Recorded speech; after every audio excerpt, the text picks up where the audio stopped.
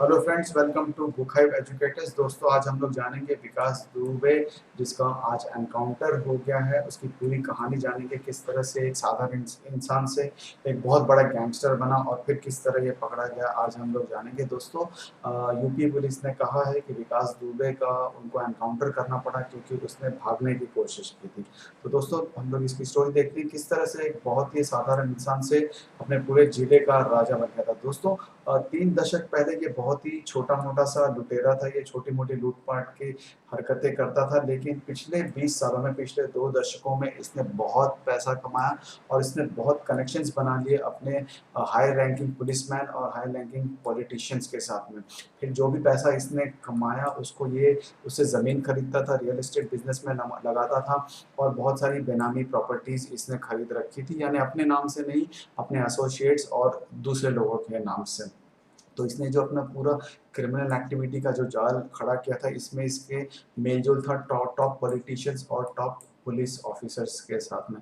दोस्तों, ये बहुत ही साधारण परिवार से आता था, ये कानपुर का देहात का एरिया जो है वहाँ से आता था, लेकिन इसके पास करोड़ों की बेनामी प्रॉपर्टी आ गई थी और ये एक तरह से उस अपने ज़िले का राजा बन गया था। विकास दुबे के पास और उसकी फैमिली के पास कुल मिलाकर 250 बीघा ज़मीन है। इसका जो गाँव है बिकरू नाम है, बिकरू विलेज है। इसके बीचों-बीच इसका घर था, हज़ारों स्क्वायर फीट का इसका घर था। इसके पास कई महँगी गाड़ियों का काफ़िला भी था।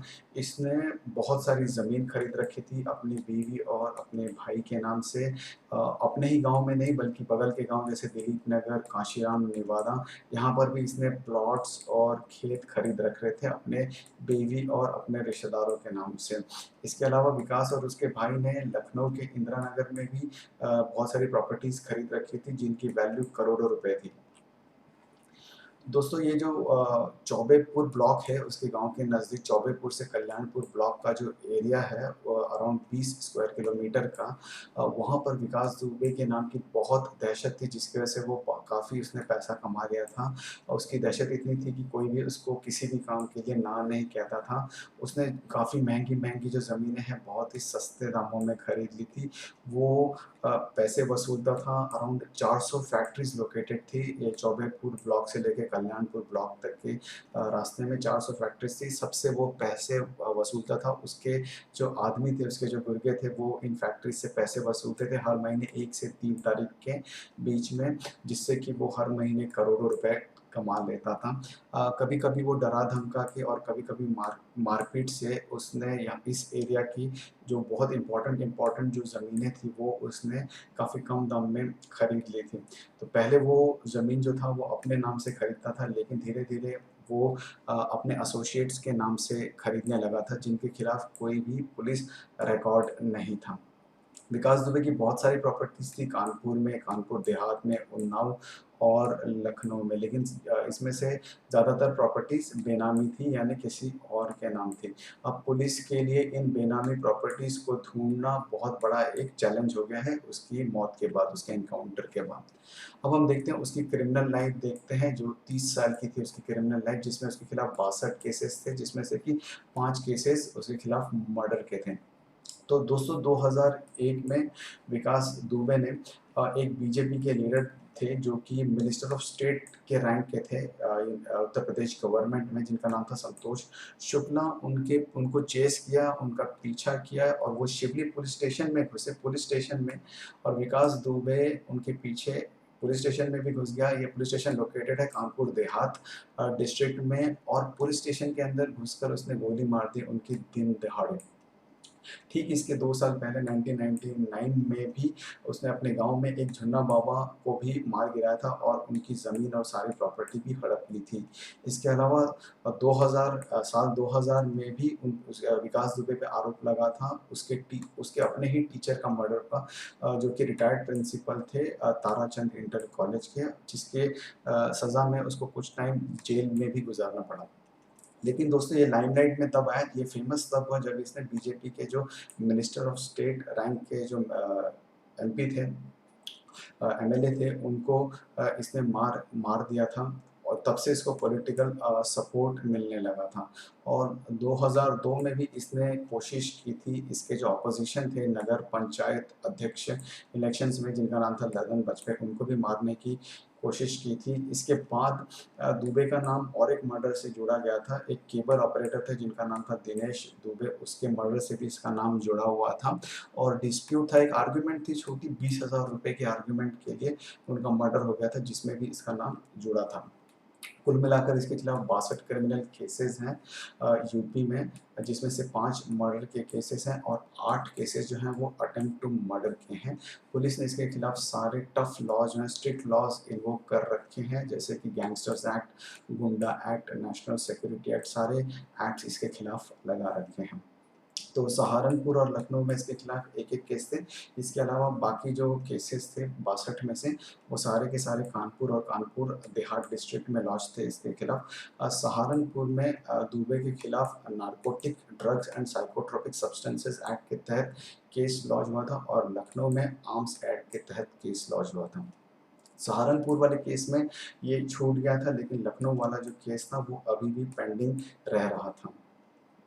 तो जो पहले जो केसेस थे दुबे के खिलाफ, वो फिजिकल असॉल्ट के थे, यानी हल्की-फुल्की जो लड़ाई होती है वैसे केसेस थे, जो कि शिवली पुलिस स्टेशन कानपुर देहात में इसके खिलाफ लॉन्च हुए थे 1990 में। लेकिन इसके 2 साल बाद ही इसने एक दलित युवक का मर्डर कर दिया था शिवली पुलिस स्टेशन एरिया में ही, और दोनों ही केसेस में फिर ये छूट गया था, बाइज्जत बरी हो गया था। पुलिस ने इसके खिलाफ चार्जशीट फाइल की थी, जिसमें इसने बीजेपी के जो एमएलए थे संतोष शुक्ला, उनका मर्डर कर दिया था 2002 में। इसके अलावा कुल मिलाकर 8 लोगों के खिलाफ पुलिस ने चार्जशीट फाइल की थी, जिसमें 3 पुलिसमैन भी शामिल थे, और 2003 में सभी लोग छूट गए थे इस मर्डर से, क्योंकि किसी के भी खिलाफ सबूत नहीं मिल पाया था। फाइनली इसने एक मर्डर किया था, सिद्धेश्वर पांडे, जिनकी उम्र 65 साल थी, साल 2000 में।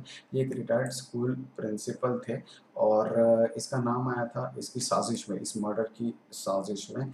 इस चार्जशीट में भी 4 लोगों का नाम था, और 2004 में सभी को उम्र कैद की सज़ा मिल गई थी, जिसमें से एक व्यक्ति की अब मृत्यु हो गई और बाकी सबको बेल मिल गई थी। दोस्तों फाइनली मेन टर्निंग पॉइंट आया जब इसने 8 पुलिसकर्मियों को 3 जुलाई के दिन मार गिराया था इसने। दोस्तों इसने 8 पुलिस वालों को मार दिया था, यूपी पुलिस वालों को 3 जुलाई के दिन। जब वो लोग पुलिस वाले इसको अरेस्ट करने के लिए गए थे, इसने एक अटेम्प्ट टू मर्डर का केस इसके खिलाफ हुआ था। जब तो पुलिस वाले इसको अरेस्ट करने गए थे, लेकिन इसने उल्टी गोलीबारी शुरू कर दी थी, अंधाधुंध गोलीबारी चला दी थी इसके और इसके एसोसिएट्स ने, जिनके पास AK-47 बंदूकें थी। तो इस गोलीबारी में deputy superintendent of police Divendra Kumar Mishra, 3 सब इंस्पेक्टर्स और 4 कांस्टेबल्स भी मारे गए थे, जो कि बिकरू गांव में थे। ये गांव जो है वो 150 किलोमीटर दूर है उत्तर प्रदेश की कैपिटल लखनऊ से। और पुलिस के अलावा जो 2 शूटर्स भी मारे गए थे इसके गैंग के। कुल मिला के दोस्तों 50 पुलिस कर्मी गए थे इसको पकड़ने के लिए, विकास दुबे को, जिसके खिलाफ केसेस हैं मर्डर के, किडनैपिंग के, लूटपाट के। और इसके खिलाफ एक रेड प्लान की थी, अचानक प्लानिंग किया गया था इसको अरेस्ट करने का, क्योंकि इसने फिर से एक अटेम्प्ट टू मर्डर केस इसके खिलाफ लॉन्च हो गया था। तो दोस्तों पुलिस उसको अरेस्ट करने के इंटेंशन से गई थी, लेकिन वहाँ पर विकास दुबे ने पहले से ही एक जाल बिछा रखा था। विकास दुबे के एसोसिएट्स ने पुलिस वालों पर तीनों तरफ से गोलियां बरसा दी थी, जो कि पहले से ही उसने प्लान कर रखा था। विकास दुबे ने और उसके आदमियों ने रास्ते पर जो सड़कें थी उसके घर तक जाती थी, वहाँ पर पत्थर डाल रखे थे, एक जेसीबी जो क्रेन होता है वो भी खड़ी कर रखी थी, ताकि पुलिस वाले जो हैं गाड़ी से सीधा उसके घर तक ना पहुँच पाएँ, उनको पैदल चल के आना पड़े उसके घर तक। और पुलिस वालों को यही करना पड़ा, गाड़ी लेके सीधा उसके घर तक नहीं पहुँचे, पैदल आए। तो जैसे ही वो पैदल आए उसके घर के नज़दीक आए, विकास दुबे के गैंग वालों ने छतों पर से उनके पुलिस वालों पर अंधाधुंध गोलियां चला दी, जिसमें कि 8 पुलिस वाले मारे गए थे। तो दोस्तों जब जिस दिन ये घटना हुई, जिस दिन 8 पुलिस वाले मारे गए थे, उसके ठीक 5 दिनों बाद एक स्पेशल टास्क फोर्स ने अ, विकास दुबे का जो सबसे करीबी एसोसिएट है, जिसको बॉडीगार्ड भी बोला जाता था, अमर दुबे, इसको मार मार गिराया था। इसको मार गिराया था। इसके अलावा 6 अलग लोगों को भी गिरफ्तार किया था, जिसमें से 4 जो थे उसके क्लोज़ एसोसिएट्स थे। 2 फीमेल रिलेटिव्स थे। इन सबको अलग-अलग ऑपरेशंस में पुलिस ने अरेस्ट किया था, कानपुर, फरीदाबाद और हरियाणा में। दोस्तों हम फाइनल देखते हैं ये कैसे ये पकड़ा गया फाइनली। दोस्तों अमर दुबे जो था, जो कि इसका क्लोज़ एसोसिएट था, जिसको बॉडीगार्ड भी बोला जाता था, उसके ऊपर ₹50,000 का इनाम था, जिसको मार गिराया था पुलिस ने 5 दिनों बाद। फाइनली दोस्तों विकास दुबे को अरेस्ट किया गया था 9 जुलाई को, मध्य प्रदेश के उज्जैन शहर से एक मंदिर में से अरेस्ट किया गया था, और 10 जुलाई को पुलिस का कहना था कि पुलिस को इसको गोली मारनी पड़ी, गोली मारकर हत्या करनी पड़ी, क्योंकि इसने भागने की कोशिश की थी। जब एक एक्सीडेंट हो गया था, जिस गाड़ी में से इसको लाया जा रहा था मध्य प्रदेश के कानपुर तक, उस गाड़ी में एक एक्सीडेंट हुआ था, तब इसने भागने की कोशिश की थी, इसलिए पुलिस को इस पर गोली चलानी पड़ी, जिससे कि इसकी मौत हो गई थी। तो जो स्पेशल टास्क फोर्स के ऑफिशियल्स हैं, उनका ये कहना था कि विकास दुबे ने भागने की कोशिश की थी। जब वो जिस गाड़ी में था वो गाड़ी पलट गई, तो विकास दुबे ने एक पुलिस वाले की बंदूक छीन कर भागने की कोशिश की, और वो एक बगल के खेत में भाग गया, और जब उसको सरेंडर करने के लिए कहा गया, तो उसने पुलिस वालों की बात नहीं मानी और दोनों तरफ से गोलियां चली, और फाइनली विकास दुबे को गोली लगी और वो मारा गया। तो दोस्तों फाइनली इस तरह से वो एनकाउंटर में मारा गया था। लेकिन एक सबसे बड़ा सवाल ये होता है, जुलाई 3 को जब 8 पुलिस वाले हमारे जब शहीद हो गए थे, तो उससे एक चीज़ बहुत सामने आ गई थी कि जो गुंडा राज है, जो पॉलिटिशियंस हैं और जो पुलिस है, सबके बीच में कोई एक बहुत बड़ा नेक्सस है, एक कॉल्यूजन है, क्योंकि जब पुलिस अ, विकास दुबे को पकड़ने गई थी 3 जुलाई को, विकास दुबे को पहले से ही इसकी खबर थी, उसने पहले से ही जाल बिछा रखा था, और पुलिस वालों पर उसने अंधाधुंध गोलियाँ चलाई, जिससे कि वो गिरफ्तार भी नहीं हो पाया और पुलिस वालों की जानें चली गईं। तो दोस्तों ये था आज का वीडियो। पसंद आया होगा तो प्लीज़ लाइक और शेयर करिएगा। कल हम हाज़िर होंगे आपके सामने एक नए वीडियो के साथ में। Thank you very much.